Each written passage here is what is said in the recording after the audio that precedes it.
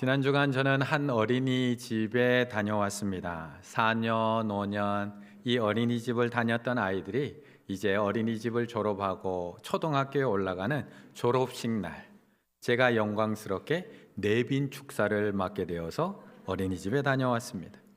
그런데 이 졸업식을 시작하기에 앞서서 한 선생님께서 전체 순서를 담당하신 선생님이 마이크를 테스트하고 계셨습니다. 우리 친구들. 그런데 그때 때마침 마이크 접촉이 잘 안 됐는지 마이크에서 계속해서 끊임없이 잡음이 나오고 말이 계속 끊어지는 겁니다. 그랬더니 거기 앉아 있었던 그 수십 명의 아이들이 어떻게 했을까요? 하하하, 호호호, 깔깔깔 웃기 시작을 합니다. 그런데 저는 그 모습을 보면서 제가 얼마나 웃음을 잃어버린 채 살아가고 있는지를 알게 되었습니다. 이 상황 속에서도 아이들은 재미있어 하며 웃기만 하는데 어느새 어른이 되어버린 저는 걱정부터 앞서기 시작을 합니다. 이제 졸업식 시작해야 되는데, 저거 빨리 고쳐야 되는데, 다음 순서가 난데, 마이크라도 좀 빨리 바꿔줘야 되는데. 그러면서 저는 그 아이들에게 또 하나를 배우고 왔습니다. 제가 요즘 힘들어서 못 웃는 게 아니라 내 안에 어린아이 같음이 사라져서 못 웃고 있구나라는 것을 알게 되었습니다. 우리는 보통 이렇게 얘기합니다. 웃을 일이 있어야 웃지 라고 이야기하면서 웃지 못하는 핑계와 불평거리를 찾고 있는데, 저 아이들은 그 작은 소리 하나에도, 그 작은 실수 하나에도, 그 작은 손짓 하나에도 저렇게 행복해하는 것을 보면서 다시 나도 그 어린아이 같음을 회복해야 되겠다라는 마음을 품고 돌아왔습니다. 옆에 분과 다시 한번 인사 나누시겠습니다. 아이들처럼 웃고 삽시다. 아들처럼 웃고 삽시다. 사실 이 웃음에는 다양한 이유들이 있습니다. 심리학적으로 가장 오래된 이유를, 원인을 찾는 것은 우월감 이론에서 나오는 이 원인입니다. 인간은 타인의 실패나 타인의 결함을 보고 웃는다, 우월감에서 웃는다라고 이야기합니다. 어떤 사람이 빙판에 넘어지게 되면 아이고 어떡해 라고 한편으로는 안타까워하지만 한편으로는 그 모습을 보며 웃음이 터져 나온다라는 이유입니다. 또 하나는 생리학적 이유로 에너지 발산 이론입니다. 내 안에 있는 잉여 에너지, 남은 에너지가 있는데 그것이 웃음을 통해서 외부로 분출된다는 겁니다. 또한 우리 내부, 모임의 내부 안에 있는 억눌려 있는 그런 긴장감이 웃음을 통해 폭발하면서 밖으로 해소된다라는 이론입니다.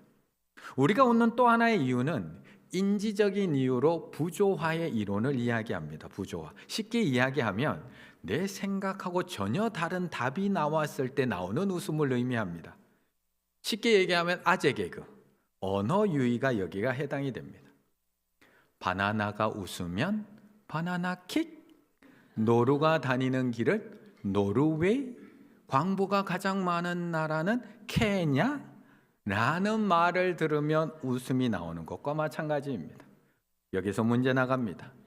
도둑이 가장 싫어하는 과자는 무엇일까요?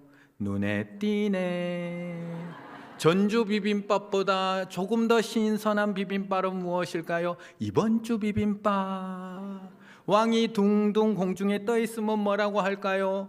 공중전화.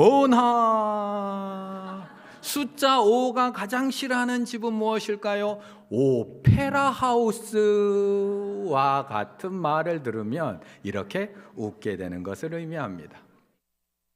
이런 웃음 외에도 웃음에는 사회적 이유, 문화적 이유, 관계적 이유, 다양한 이유들이 있습니다. 그렇다면 오늘 본문에 나오고 있는 이 사라의 웃음, 사라의 웃음은 무슨 웃음일까요? 2절의 말씀을 함께 읽어보겠습니다. 2절입니다.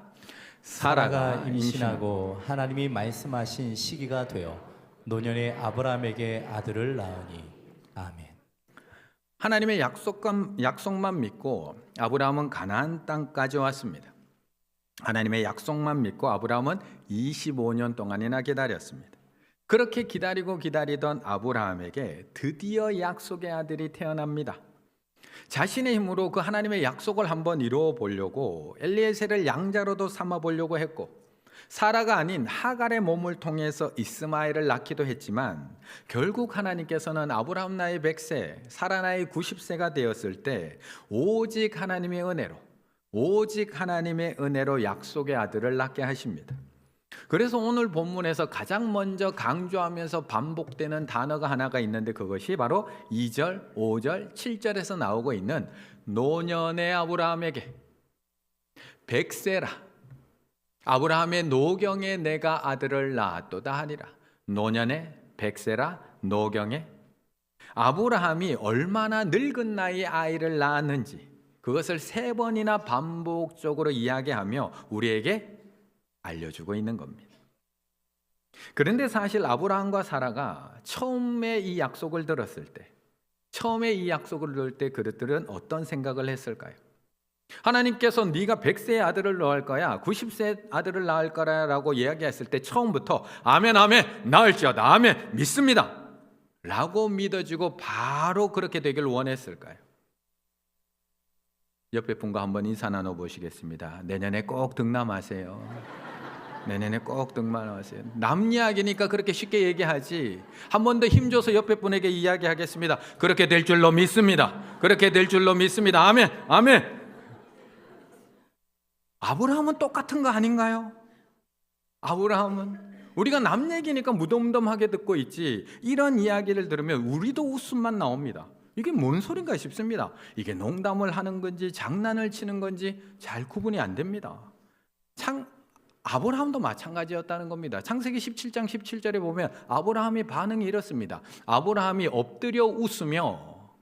엎드려서 웃는 겁니다.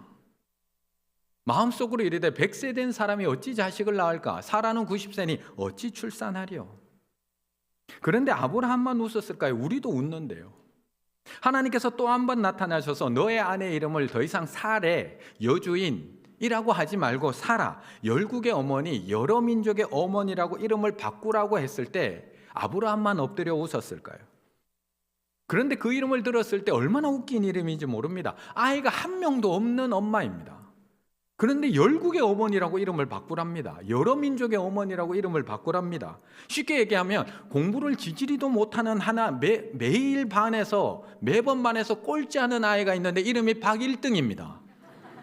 그러면 친구들이 그 아이를 가만히 놔둘까요? 야, 네가 무슨 1등이야. 맨날 놀림 받는 겁니다. 물론 세상에는 이보다 더 웃긴 이름들 너무나 많이 있습니다. 운동선수 중에는 방귀만이라는 선수도 있었습니다. 일반인들 이름에도 강도범, 고기판, 안테나, 600만 불. 큰 스님 중에는 무진장 큰 스님도 있었습니다. 무진장 큰 스님.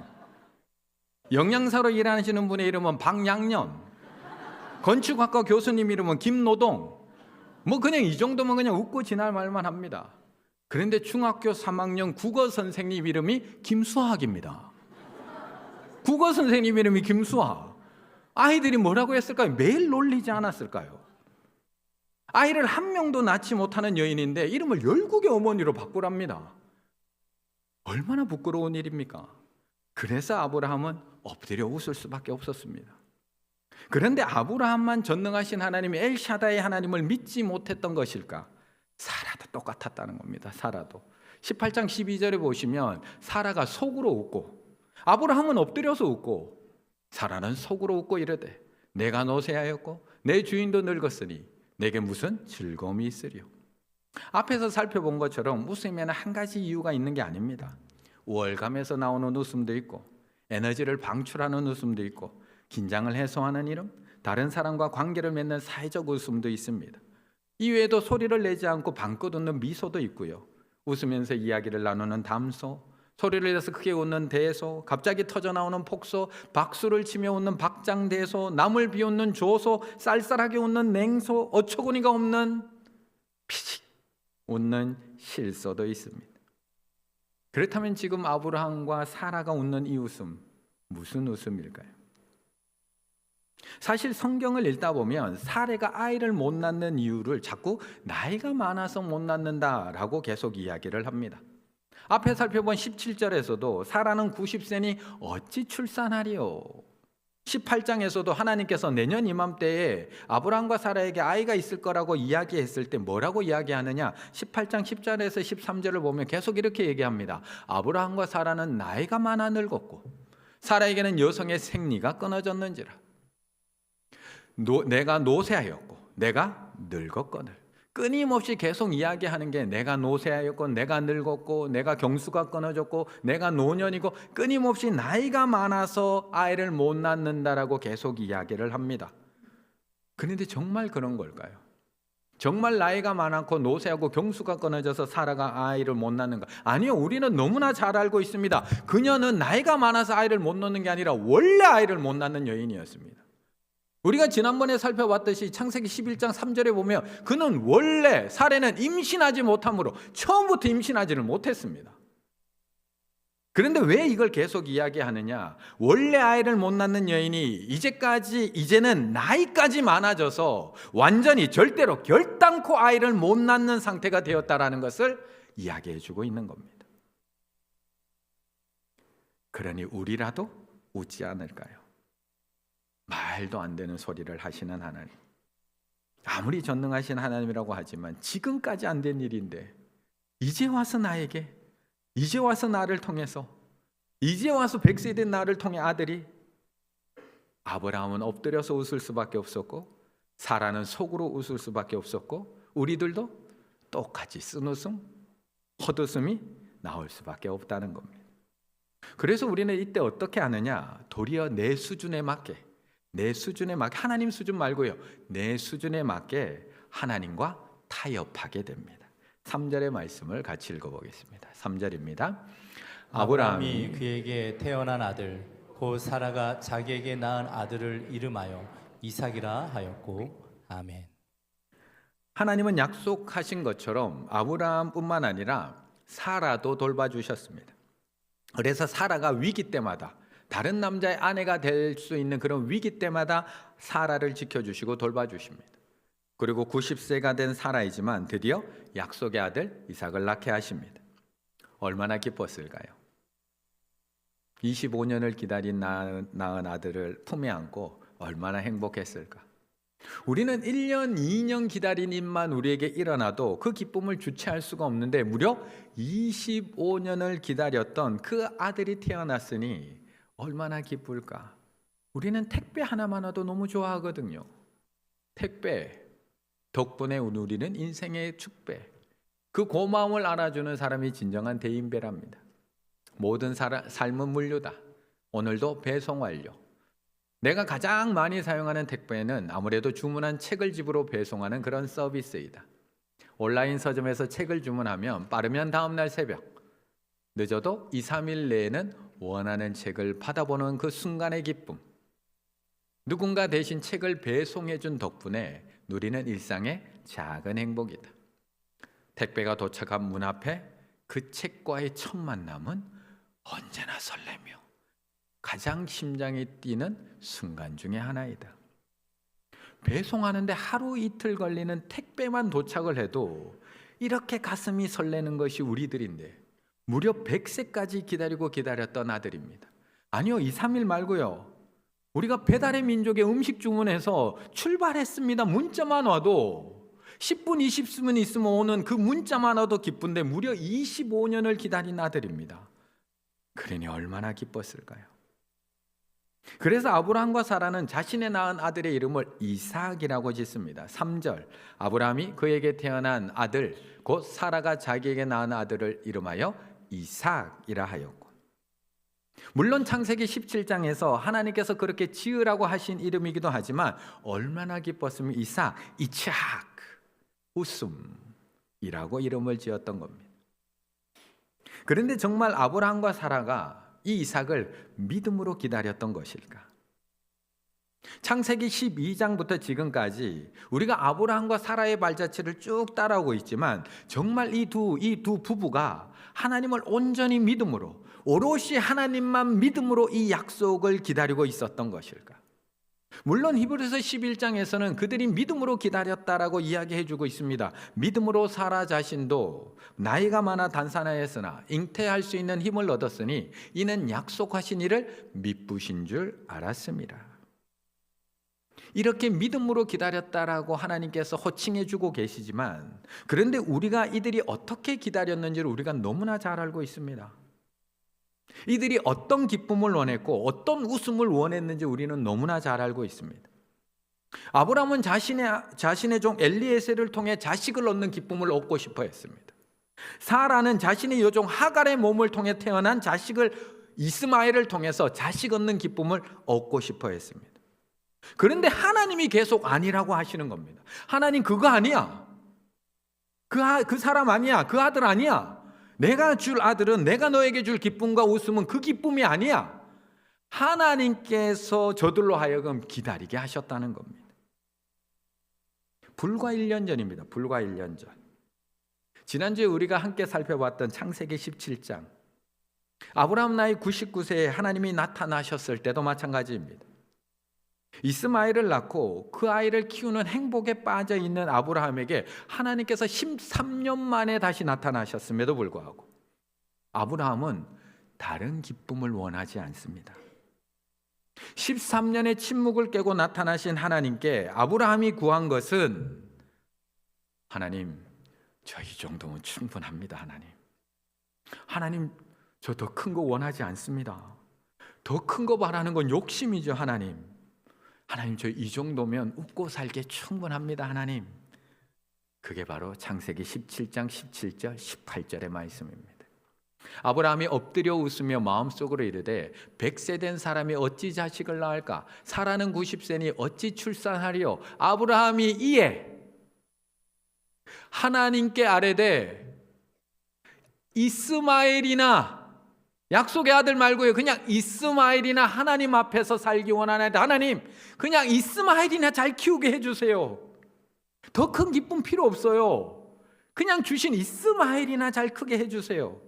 하나님은 100세의 아들 낳을 약속의 아들을 말씀하고 계시는데, 아브라함은 그냥 이스마엘이나 데리고 잘 살고 싶다고 하나님을 설득하고 있는 겁니다. 하나님, 저 더 큰 욕심 없으니까요, 이스마엘로 그냥 만족하며 살겠습니다. 우리처럼 얼마나 욕심이 없는 아브라함인지 모릅니다. 여기서 더 큰 걸 바라면 욕심이죠. 얼마나 착한 아브라함인지 모릅니다.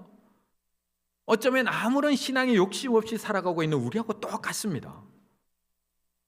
우리가 말씀을 읽을 때마다 내가 너로 큰 민족을 이루고, 아무리 하나님께서 말씀해도 우리는 그렇게 기도하지 않습니다. 하나님, 이 나이에 무슨 큰 민족을 이룹니까? 우리 가족이나 그냥 평안하게 살게 해주세요. 내 이름을 창대하게 하나님, 제 이름은 무슨 제 아들이나 좀 잘 되게 해주세요. 땅의 모든 족속이 너로 말미암아 복을 얻으리라. 땅의 모든 족속은 무슨요? 저 더 나이 들기 전에 그냥 아파트나 그냥 하나 얻게 해주세요. 이삭은 무슨, 이스마엘이나 하나님 앞에서 잘 살게 해주세요. 큰 민족은 무슨, 제 다리나 좀 낫게 해주세요. 가족들이나 건강하고 집안이나 좀 평안하고 제 아들이나 좀 잘 되고 제 딸들이나 좀 잘 살게, 그냥 빚이나 좀 다 갚고 마음 편하게 살게 해주세요. 큰 민족은 무슨, 내 몸이나 안 아프고 장사나 잘 되고 자식들이나 좀 잘 되게, 이 정도면 충분합니다. 저는 이 정도만 돼도 얼마든지 웃고 살 수 있습니다. 그런데 하나님의 약속은 처음부터 지금까지 한결같습니다. 아브라함이 지금 그럴듯한 인간적인 생각으로 하나님을 설득하고 있지만, 하나님은 내 아내 사레가 낳을 그 아들이 약속의 아들이라고 더욱 명확하게 말씀하십니다. 그 정도에 만족하지 말라고 정확하게 말씀하십니다. 그리고 정말 이 약속의 말씀대로 그의 가정에서 이삭이 태어납니다. 1절의 말씀을 같이 읽습니다. 1절입니다. 여호와께서 말씀하신 대로 사라를 돌보셨고 여호와께서 말씀하신 대로 사라에게 행하셨으므로. 아멘. 오늘 분명 하나님은 아브라함과 사라를 웃게 하십니다. 그것도 그냥 웃게 하시는 것이 아니라 그냥 기분 좋게 아까 저처럼 그냥 언어 유희의 유머를 해서 웃게 하시는 정도가 아니라 하나님이 나를 웃게 하신 그 웃음소리가 너무나 커서 나와 함께 있는 모든 자들이 함께 웃을 정도로 크게 웃게 하십니다. 그런데 오늘 본문 1절에서 7절의 말씀을 가만히 읽어 내려가다 보면 또 하나 강조되고 있는 단어가 하나가 있다는 겁니다. 1절, 2절, 4절.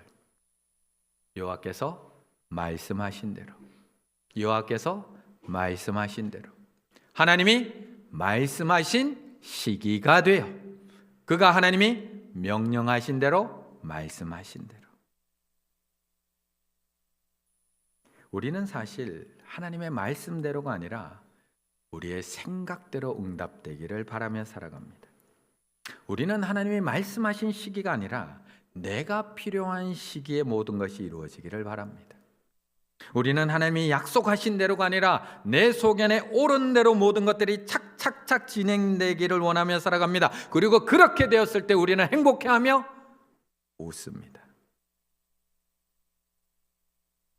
그런데 만약 하나님이 그렇게 응답하셨다면 약속의 아들이 과연 태어날 수 있었을까요? 아브라함의 바램대로 원함대로 이스마엘이나 하나님 앞에 잘 살게 해달라고 기도했던 대로 그렇게 하나님이 응답하셨다면 약속의 아들 이삭이 정말 이 가정에 태어날 수 있었을까요? 우리 가족이나 좀 평안하게 잘 살고 우리 아들이나 취업이 잘 되고 빚이나 다 갚고 살아가고 다친 다리나 빨리 다 낫게 해주시는 걸로 내가 행복하고 웃고 살아가고 있다면 나를 통해서 하나님이 말씀하신 그 약속들은 정말 이루어질 수 있을까요? 그런데 하나님은 우리의 생각대로 이루시는 분이 아니라 말씀대로 이루시는 분입니다. 하나님은 우리의 어설픈 계획대로 응답해 주시는 분이 아니라 하나님의 약속대로 완벽하게 이루시는 분입니다. 하나님은 우리의 짧은 소견대로 일을 진행시켜 주는 분이 아니라 구원이라는 큰 그림을 가지고 하나하나 퍼즐을 맞춰 나가시는 분입니다. 하나님은 나의 명령대로 일하시는 분이 아니라 하나님의 명령대로 역사를 이루어 가시는 분이라는 겁니다. 그래서 오늘도 하나님은 나의 바람대로 응답하시는 것이 아니라 하나님의 말씀대로 이루기 위하여 우리를 기다리게 하시고 준비하게 하시고 순종하게 하시는 것입니다. 그렇다면 우리는 무엇을 할 수 있을까요? 우리가 해야 할 일은 무엇일까? 우리가 할 일은 무엇일까? 우리에게 주시는 하나님의 말씀, 그 말씀을 붙잡는 것. 하나님이 내게 말씀하시는 것을 붙잡으면 되는 겁니다. 그럴 때 비로소 하나님이 역사하실 수 있는 삶을 우리는 살게 되는 것입니다. 바로 그것이 기다리는 믿음입니다. 하나님의 말씀, 하나님의 언약을 붙들고 하나님이 역사하시기를 기다리는 겁니다. 하나님께서 말씀하셨으니 하나님이 반드시 이루실 것을 믿고 기다리는 것입니다. 그렇다면 우리 성도님들은 하나님의 어떤 약속을 받으셨습니까? 어떤 하나님의 말씀을 붙들고 살아가고 계십니까? 물론 매일매일 성경을 읽고 묵상하며 붙들고 살아가고 계시는 말씀이 있을 겁니다. 그런데 이 시간엔 제가 하나의 예를 한번 들어보겠습니다. 우리는 모두 연말 송구 영신 예배 때 하나님의 말씀을 하나씩 받았습니다. 새해 나에게 주신 신년 새해 말씀을 하나씩 받았습니다. 송구 영신 예배 때 나에게 주신 그 말씀, 정말 그 약속의 말씀대로 이루어질 것이라고 믿으십니까? 새해 나에게 주신 그 말씀, 정말 그 말씀대로 반드시 이루어질 줄을 믿고 계십니까? 이 정도일 줄 알았습니다. 그런데 그 말씀 카드가 지금 어디 있는지도 잘 모릅니다. 이 약속이 반드시 이루어진다고 믿는데 그 말씀이 뭔지도 잘 기억하지 못하고 살아갑니다. 반드시 이루어지는데. 제가 받은 말씀 예전에도 한번 보여드렸는데 아가서 4장 7절의 말씀, 나의 사랑 너는 어여쁘고 아무 흠이 없구나. 나의 사랑 너는 어여쁘고 아무 흠이 없구나. 2025년 저에게 주신 하나님의 약속의 말씀입니다. 하나님은 분명히 말씀하신 대로 이루어 가실 것입니다. 단순히 저의 기분을 좋게 해주기 위하여 하나님께서 저를 축복해 주시기 위해서 주신 그냥 좋은 말씀이 아니라 저를 하나님이 보실 때 사랑스럽고 어여쁘고 아무 흠이 없도록 계속해서 저를 만들어 가실 줄로 믿습니다. 그렇다면 그 과정이 어떨까요? 그 약속의 말씀을 이루어가는 과정이 어떨까요? 제가 원하는 대로 한순간에 그냥 짠! 제가 더 사랑스러워지게 바뀌게 되는 걸까요? 제가 바라는 대로 저는 조금 더 힘들지 않고 그냥 어여쁘고 아무 흠이 없는 그런 사람으로 제가 만들어지게 되는 것일까요? 제가 계획한 대로 모든 것들이 착착착착 이루어져서 제 얼굴에 매일 환한 웃음꽃만 피어나고 제가 더 어여쁜 모습으로 그렇게 살아가게 되는 걸까요? 그런데 하나님은 저를 제 바람대로가 아니라 하나님의 말씀대로 이루어 가실 겁니다. 하나님의 말씀대로 사라를 돌봐주시고 하나님의 말씀대로 사라에게 은혜를 베풀어 주시고 하나님의 말씀대 하신 그 시기가 되어서 사라에게 이삭을 주셨던 것처럼 하나님은 제 소견에 옳은 대로가 아니라 하나님의 말씀대로 이루어 가실 겁니다. 저를 더 사랑스럽게 만들기 위해서, 저를 더 어여쁘게 만들기 위하여, 저를 더 흠이 없게 만들기 위하여 저를 때로는 다듬으실 거고, 저를 때로는 깎으실 거고, 저를 때로는 깨뜨리실 거고, 저를 때로는 두드리실 겁니다. 물론 제가 쓰러질 때도 있겠죠.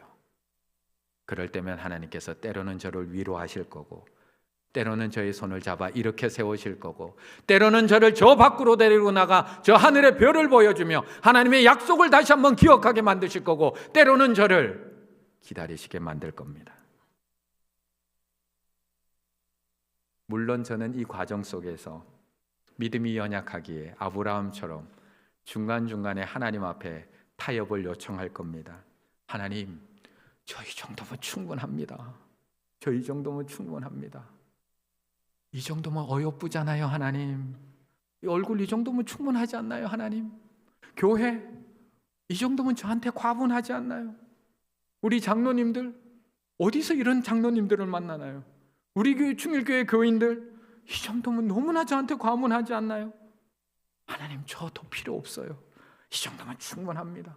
저 성경에 나오는 그런 사람들처럼 큰 믿음의 인물 되고 싶지 않아요. 그냥 이 정도면 충분합니다. 하나님, 저 이 정도면 저는 충분히 웃고 살 수 있어요. 하나님, 저 아브라함과 똑같이 타협할 겁니다. 그런데 하나님은 제 생각대로가 아니라 말씀대로 나를 웃게 하십니다.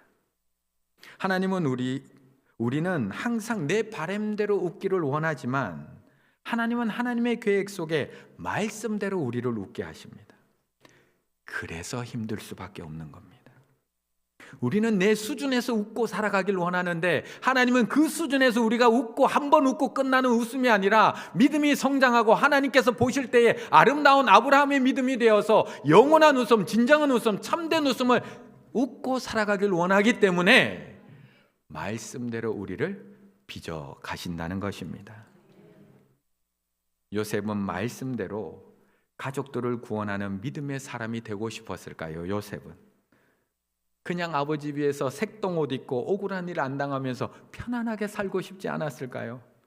모세는 말씀대로 그런 민족을 구원하는 민족의 구원자가 되고 싶었을까요? 그냥 왕궁에서 왕자로서 그냥 동족들 뒤에서 조용히 도우며 그렇게 살고 싶지 않았을까요?